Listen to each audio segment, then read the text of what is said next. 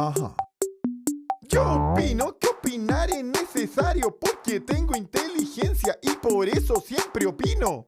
Hola amigos, ¿cómo están? Vamos directo con el video. El señor Aníbal Torres le dio ayer una entrevista a Nicolás Lucar en la que le dijo lo siguiente al señor Vladimir Cerrón. Es decir, usted lo que considera es que Vladimir Cerrón pretende tomarse atribuciones que no le corresponden. No lo debe hacer.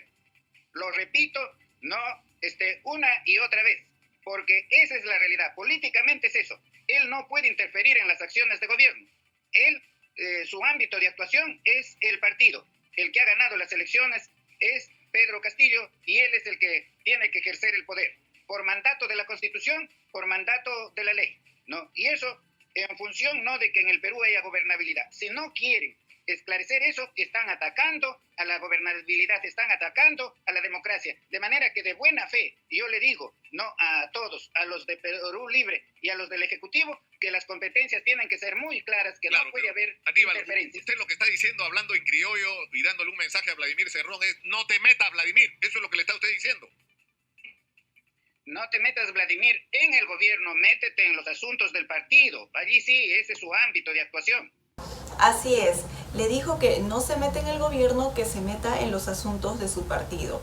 Después de esto, por supuesto, hubo un grupo de personas que salió a celebrar, a adorar, a casi venerar al señor Aníbal Torres por lo declarado, más o menos así como cuando alabaron a Verónica Mendoza por hacer que Castillo firme un papel y dijeron, wow, Berito no vende tan barato su apoyo, hace que Castillo firme un papel que después Castillo agarró y lo usó para limpiarse las narices.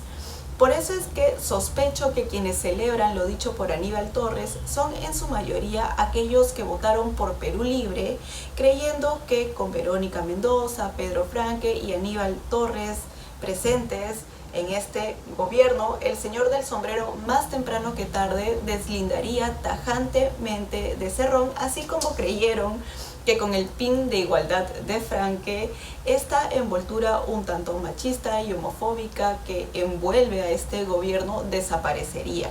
Imagino que hoy se han dado cuenta que va a ser bastante difícil que eso suceda, por no decir que no va a suceder, pero ahí los ven de nuevo celebrando los dichos de un señor que a pesar de todo aceptó estar en este gabinete. ¿Y por qué digo que a pesar de todo? Porque el señor hoy podrá decir muchas cosas en contra de Cerrón, pero como sabemos, juramentó a pesar de que sabía de la influencia que tenía y tiene el secretario de Perú Libre. Durante la juramentación de Castillo, Cerrón estuvo ahí, fue casi un invitado de honor. A finales de julio, en el lugar en el que se reunían los equipos de transferencia, donde se suponía también estaba Castillo, Cerrón ingresaba con una facilidad llamativa, mientras a Franque le decían, no, papito, espérate, ya identifícate bien y de ahí te dejamos pasar. Vimos las imágenes temprano, cuando hicimos un enlace contigo, veíamos a Pedro Franque que lo detienen en las escaleras y lo hacen esperar por varios minutos. Sin embargo, a Vladimir Cerrón, él entra como Pedro en su casa directo. Ahora la pregunta es, ¿qué rol juega Vladimir Cerrón en esta reunión? ¿Acaso está en alguna lista de transferencia? Por otro lado, también designaron a Guido Bellido como cabeza del gabinete, alguien que, como sabemos, es muy cercano a Cerrón. Y no sé qué tan ingenuos sean, pero considero que estos son indicios suficientes como para saber la presencia del secretario de Perú Libre en este gobierno. Y ¿Aníbal Torres dijo algo sobre eso? No. Bueno, el día que le correspondía juramentar no lo hizo, pero luego lo convencieron y no a cambio de que Castillo deslindara tajantemente de Cerrón, pues hoy sabemos que el ex gobernador de Junín sí tiene cierta o mucha influencia en este gobierno. Aníbal Torres, imagino que como varios otros, sabía de esto y a pesar de eso igual aceptó ser ministro de este gobierno, es decir, avaló esa presencia. Que hoy diga una u otra cosa no tiene mucha relevancia a menos que gracias a él se produzca esta escisión que muchos quieren. Por otro lado, el señor Aníbal Torres puede ser muy duro con Cerrón porque aparentemente no le cae muy bien, sin embargo defiende a Iber Maraví diciendo lo mismo que él, es decir que el señor no tiene una sentencia, cuando él sabe que ese no es el tema central. Y no estamos hablando del ámbito legal, sino del político. Y el señor Torres también sabe que no es políticamente adecuado tener a Iber Maraví como ministro sabiendo lo cuestionado que está. Y no solo por 2 atestados policiales, sino porque también hay los testimonios de 2 terroristas que aparentemente fueron sus camaradas de acciones terroristas. Incluso uno de ellos lo señala como dirigente, incluso por encima de Edith Lagos. También ustedes deben saber que este domingo salió una testigo a dar sus declaraciones en la que indica, en las que asegura que vio a Iber Maraví dentro de los atacantes que perpetraron la toma de la municipalidad provincial de Huamanga en el 2004. Además, recordemos también que en uno de los atestados el señor Maraví figura junto a Hildebrando Pérez Huaranca, quien es el autor de la masacre de Lucanamarca, y años después se convirtió en su suegro.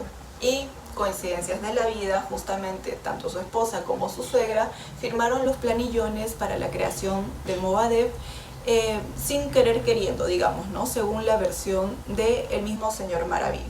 Y es cierto que las acciones de nuestros familiares no son nuestra responsabilidad, pero en este caso los datos son como piezas de un rompecabezas que se va armando y que nos permite tener una idea de lo que fue el pasado del señor Iber Maraví. Pero nada de esto le importa al señor Aníbal Torres. Él defiende al actual ministro del Trabajo, pero que no les preocupe que defienda a alguien tan cuestionado por sus vínculos con el terrorismo, porque hay que tener en cuenta que el señor ya le dijo a Cerrón que no se mete en el gobierno y que se mete en los asuntos de su partido.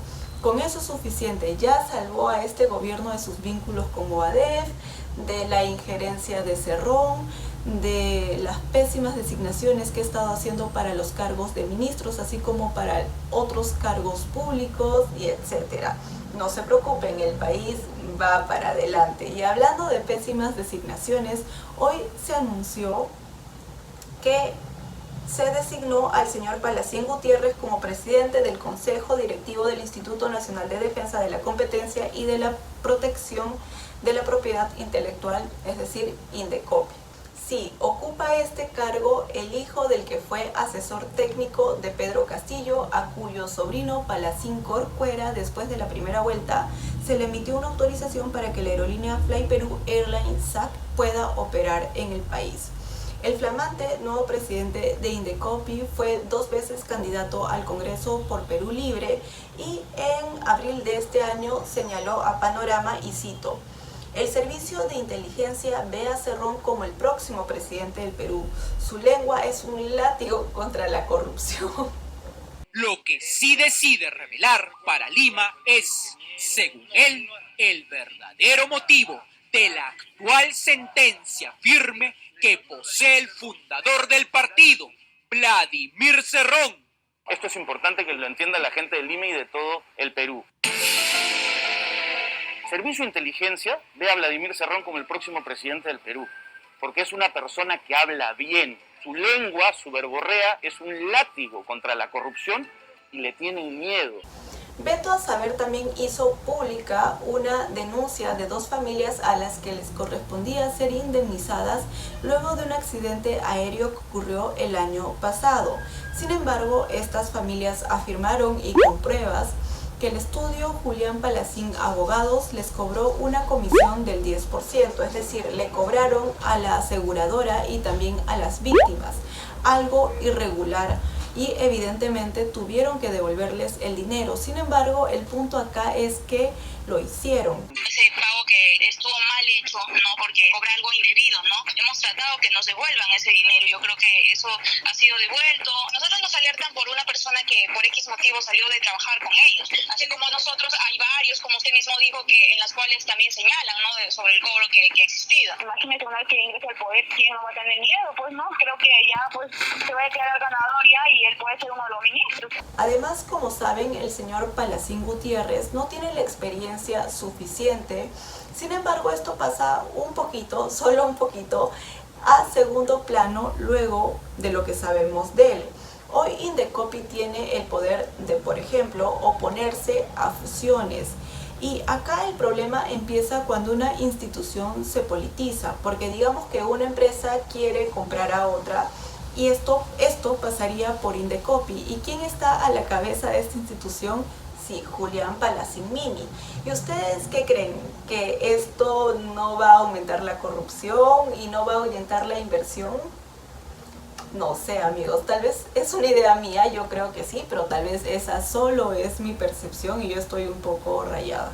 Recordemos que Indecopi, además de aprobar fusiones empresariales, también se encarga de procesos de insolvencia, sancionar a empresas por violaciones a competencia o consumidores, propiedad intelectual, antidumping, normas técnicas, eliminar barreras burocráticas, las cuales muchas veces son fuente de corrupción y de extorsión estatal. Claramente Indecopi tiene mucho poder, el cual puede ser usado, así como las barreras burocráticas, para extorsionar, para acosar, acorralar empresas. Y por eso es preocupante que en el puesto de presidente haya sido colocada una persona que no solamente no tiene la experiencia suficiente, sino también que está envuelto en este halo de dudas, de sospechas. Y por cierto, felizmente Pedro Castillo dijo que en su gobierno no iba a haber repartija. Muy bien, lo está cumpliendo, ¿ah? Por cierto, y ojo acá, yo he dicho que a mí no me parece que tenga nada de malo colocar a gente de tu partido en ciertos puestos en el Estado, pero evidentemente estas personas deberían cumplir cierto perfil y ser lo menos cuestionadas posible, pues no se pase. Pero bueno, mientras tanto en el Congreso siguen ahí como que adormecidos con el elixir de sus intereses personales o privados. Y bueno, esto sería todo por el video de hoy. Nos vemos en el siguiente. Cuídense mucho. Les mando un beso y un abrazo. Chao. Yo opino que si opino un pensamiento que me venga a la cabeza, hago crítica social.